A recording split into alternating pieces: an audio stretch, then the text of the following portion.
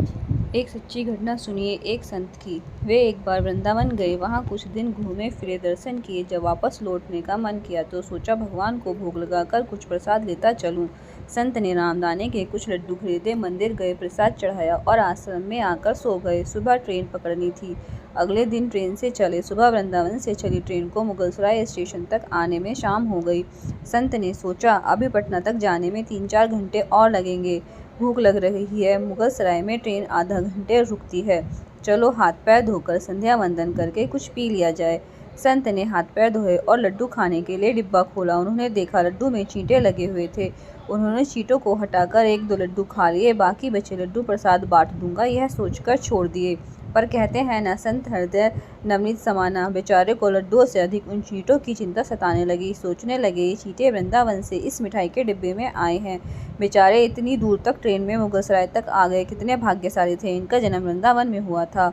अब इतनी दूर से पता नहीं कितने दिन या कितने जन्म लग जाएंगे इनको वापस पहुंचने में। पता नहीं ब्रज की धूल इनको फिर कभी मिल पाएगी या नहीं।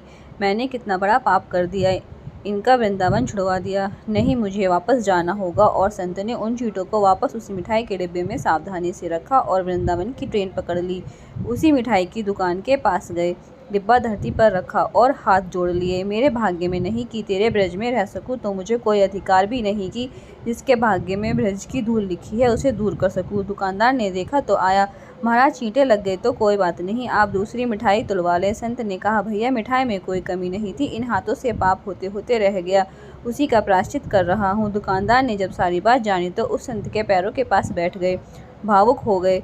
इधर दुकानदार रो रहा था, उधर संत की आंखें गीली हो रही थी। बात भाव की है, बात उस निर्मल मन की है, बात ब्रज की है, बात मेरे वृंदावन की है, बात मेरे नटवर नागर और उनकी राधा रानी की है, बात मेरे कृष्ण की राजधानी की है। बूझो तो बहुत कुछ है ना, नहीं तो बस पागलपन है। बस एक कहानी, घर से जब बाहर जाएं तो घर में विराजमान अपने प्रभु से जरूर मिलकर जाएं, और जब लौटकर आएं तो उनसे जरूर मिलें, क्योंकि उनको भी आपके घर लौटने का इंतजार रहता है। घर में यह नियम बनाइए कि जब भी आप घर से बाहर निकलें तो घर में मंदिर के पास 2 घड़ी खड़े रहकर कहें प्रभु चलिए आपको साथ में रहना है। ऐसा बोलकर ही घर से निकले, क्योंकि आप भले ही लाखों की घड़ी हाथ में क्यों ना पहने हो, पर समय तो प्रभु के हाथ में ही है ना।